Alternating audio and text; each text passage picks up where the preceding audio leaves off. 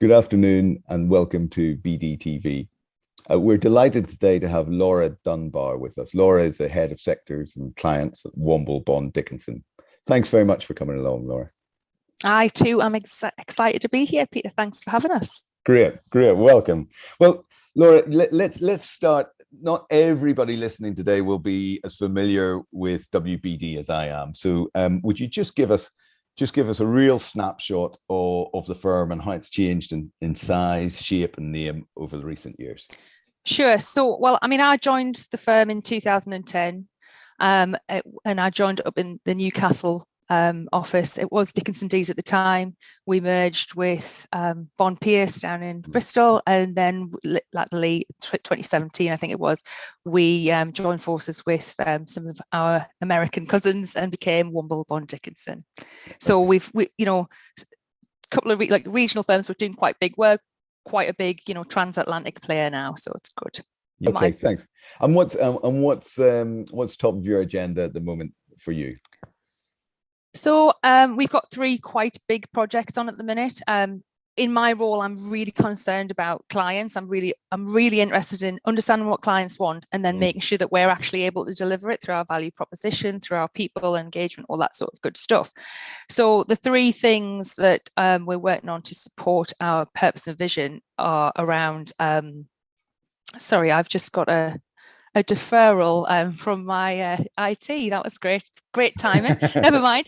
So the three things that we're working on are client listening. So we're doing a much bigger piece around client listening. We are trialing IntraHive, which is kind of just takes a lot of the legwork out of CRM for lawyers, because I'm sure everyone who's listening into this or who ends up having a look at this will know and understand what the pain of that is. And we're also getting a new CRM system, and actually we've just signed the contract on that this week. So we're moving to Peppermint. Superb. Yeah. Well, I hope that goes as smoothly as possible. Now, I'm sure it will. Yes. Now, so mass is going on, and this this echoes what we're hearing from other legal clients at the moment. Big investment in technology, or certainly chat about it. It's good to hear you're actually signing the contracts and moving forward with the trials. First thing you mentioned, client listening. Now in our experience working, especially with the legal community, we often come across a degree of reticence about, do I want someone to be looking at my client with a magnifying glass? Are you coming across that? And when you do, how do you overcome it? There's inevitably a little bit of that, because it is quite nerve-wracking, I think, for some people. I think especially it's quite for some partners, it's kind of like, well, this is my client. I don't want you to I don't want anybody else to mess about with them, but I would say that's few and far between now. I think actually what was interesting is I had people, partners and stuff, ringing up and talking to the rest of my wider team and saying, actually, can we add such and such in, and can we get this person in? So I think a lot of them are embracing it, which is new and refreshing, I think. I think that has been interesting. We haven't kicked it off yet. We're working with Meridian West. Ben Kent and Bertie, the team there, have been really, really patient with us, because we want to get it right. It's been I think it helps that Ben has that background as a lawyer as well, actually. I think that's part of the persuasion process, if you like. I've met Ben and Meridian West. I hear great things about. But if that could be the last competitive consultancy you referenced during these 20 minutes, that would be appreciated. I'm so sorry. I'm so sorry. It's like BBC. Okay, right, I've got it. Others are available. No, not at all. I hear very good things about Meridian West, and if they're listening, they can pay for that 20 seconds. If we may just return to you then, Laura, I know that you've had 15 plus years now in professional services, but you've recently returned to academia. Tell us a bit more about that. So I've just completed a master's in coaching. I'm sort of wryly smiling there, because I know there'll be people that are listening to this saying, I wish she'd shut up about that master's in coaching. But anyway, I've just completed that, and I started that because I could see that clients are wanting something totally different from lawyers than actually what they're not actually delivering that. That's not to say our lawyers aren't delivering, what clients need. Clients want something a bit more. We're hearing that through, you hear that in the lawyer, you hear that in the research and the stuff that certain movements that are going on. Like O-shaped lawyer. O-shaped lawyer, wasn't sure if I could mention that. Yeah, O-shaped lawyer. Yeah, yes, exactly. Yes, yeah. We're seeing that there. We're hearing that in the client feedback from the IPRs that we independent partner reviews, that we conduct. And actually, what are you hearing? What difference do they want? Is it the classic emotional intelligence, or is it the breadth of service, or is it a bit more commercial nice? It's all of those things. I think it's clients want you to collaborate and be, have a more holistic approach. Yeah. Look, if you're a GC, I mean, how terrifying must it be to be a GC? You're at this, you're at the board table, and everyone's expecting you to know. Yeah, exactly. Everyone's expecting you to know everything. Well, you don't, because lawyers are trained in a very specific area. We need to help them navigate that. We need to give them the understanding, the spot the potholes, spot the things that are going to go wrong, collaborate in different ways to get that to secure them in their position. And you do that by understanding more about the client, understanding more about the sector, and proactively engaging with clients around this stuff. Yes, yeah, I absolutely agree, and that that's a big portion of when we're doing workshops with lawyers and with people in finance and even now in property and construction. It's okay, how do you get inside the world of the client and you speak about what's important to them and wrap what you're doing around that. So I fundamentally agree with you. The tough bit, though, is how you're going to bring that to life within WBD. Has that begun, or have you? Yeah, it has. It has begun. So, I mean, if I can just tell you a little bit about the research that I did. Basically, what I was looking at is the reason I started the course was I thought, okay, could coaching be a way to help lawyers overcome some of this? The research, the literature review, if you like, that I looked at kind of totally corroborated everything that I was seeing and hearing anecdotally from other people and other people in other firms, all of that sort of good stuff. And then actually, when I got into my own research with the individuals that I interviewed, that came out really strongly as well. So that coaching can help lawyers to kind of adapt behaviors, should they want to adapt behaviors and overcome cultural barriers to be able to engage with clients more holistically. Okay. So this was about the efficacy of coaching as an intervention. The efficacy of coaching as an intervention. That's what the basis of the master's was on. But the point of it was to connect lawyers to clients in a much better way. So is this the way that I do it? The answer is yes, according to the research that I've done, albeit it's a very small area. It needs there's so much more that could be done there. And the way I've started doing that, so I'll give you a really good example. We get some great people like yourself in. We do, you do some training. Off you go, and off the lawyers. Oh, this is great. This is fantastic. They get back to the desk and they've got billing targets to hit, and they've got, I've got, so many hours. It kind of goes out of the window. And what I found in that research was that actually that is one of the barriers that comes up for them. They talked a lot about billable hours and needing to focus on that. And of course, if that's all you're focused on, you don't have time to look at that wider stuff. So it's not. So that's the main challenge. And also culturally, if you're like an up and comer, you're looking at the top and thinking, well, that's what everybody else does. That's the culture here, right? I'm just going to continue to do that. That was great what Peter did. Really interesting, really thought provoking. I can't implement it because of this.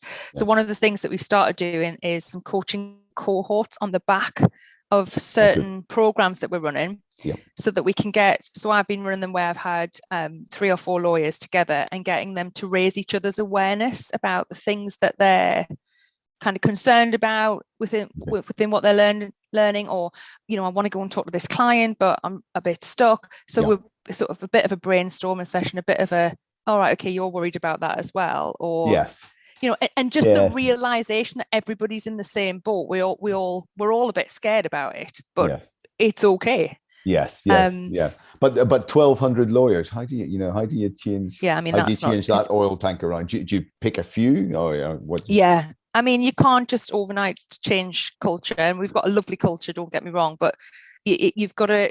That's why I'm doing it with these cohorts, and that's why I'm also doing it in groups. I mean, I think for me, it's more powerful when you coach one-to-one. Yeah. But I think when you're coaching in groups, they almost do the job for each other, if that makes sense. Yes, So they start reassuring and they start to take a coaching approach with one another. Okay. I'll do 2 or 3 sessions with them. They'll flow off, into the partnership stratosphere, and then the next cohort will come through. And as you start encouraging that kind of thinking, that kind of, all right, it's okay to like mess up on this, it's okay to do this with this, whatever it happens to be, I'm making it up, that starts to impact the culture, that starts to change, because they will, the thing that I kept saying to them, and I know it's really like, it's like a meme, or it's quite twee or whatever, be the change you want to see. Yes. That like embody that, just be that now, and that will start to come. Yeah. Well, good enough for Gandhi. Good enough for us. Exactly. I'm not pretending I coined that. No.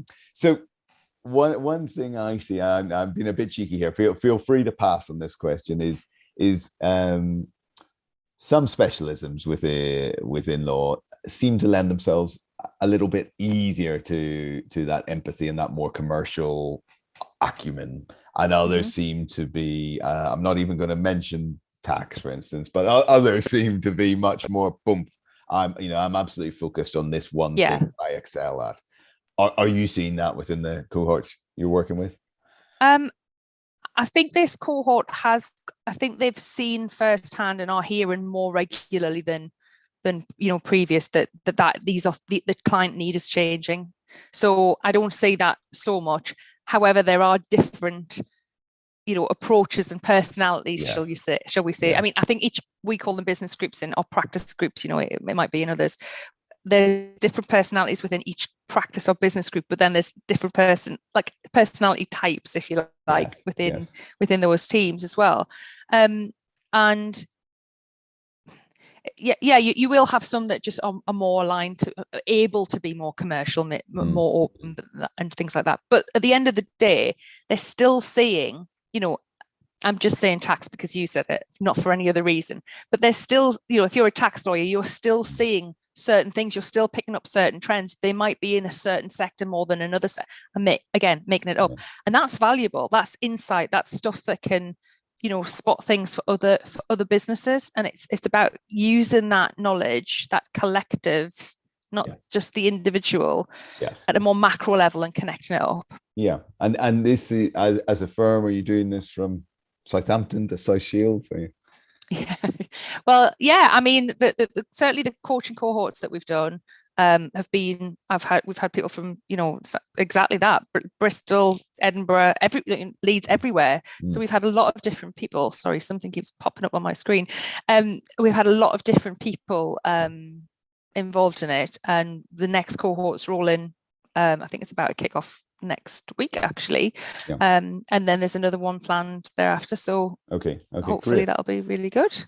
Great. I clearly we wanted to chat with you because we're interested in what you're doing here, and we see a bit of this. We see it not to I didn't get a distinction in my master's last week, but we certainly see it a bit firsthand from firms realizing that some combination of group workshop and then coaching, it will help to embed things and will help them. And also, of course, there's been a much discussed what can we do online, what can we do remotely, and what needs to be face to face. What do you think the biggest changes are going to be over the next 5 years as we look at the training and development of lawyers? What do you think? It's just an embedding of this, or do you think other things are going to change? I think it's probably an embedding of this. I think I can't see it being totally in person going forward. I think it's a blend of in person and online is actually perfect. I think it's a really good use for other people, because it's amazing to go on training courses, but often it's like, oh my God, we've got to travel all of this way down here, and it's a lot of time for people. So I think a blend of the two is really good. I think that's here to stay. I don't think that's going anywhere. And yeah, I think more of a coaching approach. Certainly I think we've talked before, I'm in seeking forgiveness, not permission at the moment. And certainly I think that's the approach I'll be taking. Yes, yeah, it's just to be proactive and to get things rolling and then come back.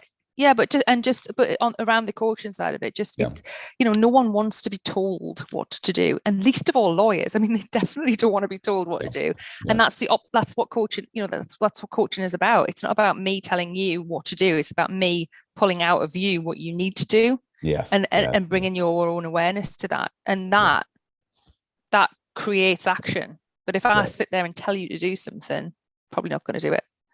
Yeah. You're right. I feel you're talking directly to me here, but you're absolutely right, and we see that ourselves. That no better way to convince a very experienced professional to do something than to convince them that they came up with the idea themselves, and they've co-created it, or they've got there through asking them the right questions rather than trying to push the information at them. I absolutely agree, and look forward to seeing and hearing how these different things land over the years. How are you going to measure? What sort of controls do we have then in place to see that there's an uplift? Is it about the loyalty of relationships? Is it about increased revenues, or is it about just a sense of personal comfort? And I think it's probably a mix of all of that. I go back to the client listening program. Like there will be a net promoter score. There will be, we'll know what the baseline is. We'll know where we are and where we want to get to. I think you'll see that. Well, I hope you'll see that bear out in that.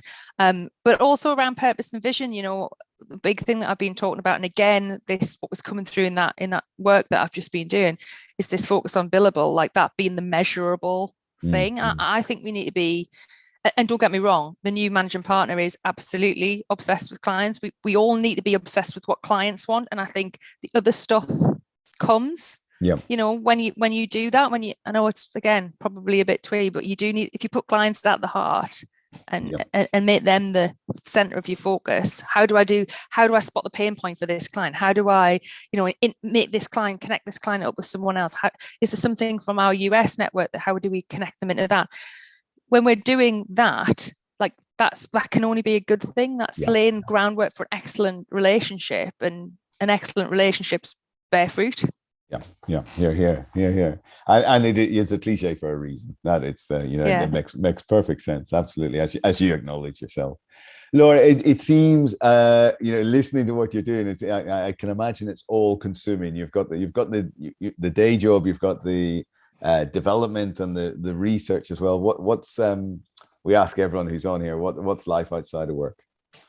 Well, life outside of work up until about 2-3 weeks ago was literally reading books constantly. But I love a bit of yoga. I do a bit of sea swimming. Before Wim Hof got his TV program, I might just add, like I'm a pre-Wim. I mean, it is all about Wim, but it's pre-television program. Yeah. So I've been doing a bit of that, running, that sort of thing, and stuff in my face to make sure that the balance is corrected. Yeah, it's all about balance. I'm all for that.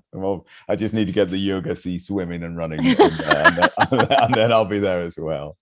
Laura, I knew it would be a real pleasure to speak with you. It's been I love what you're doing and the way that you've been able to convey it over the last 20 minutes. Thanks very much for joining us. Thanks so much for having me. No, I enjoyed it. Absolute pleasure. Well, good afternoon, and thanks everyone for watching today. Take care. Thanks now. Bye-bye.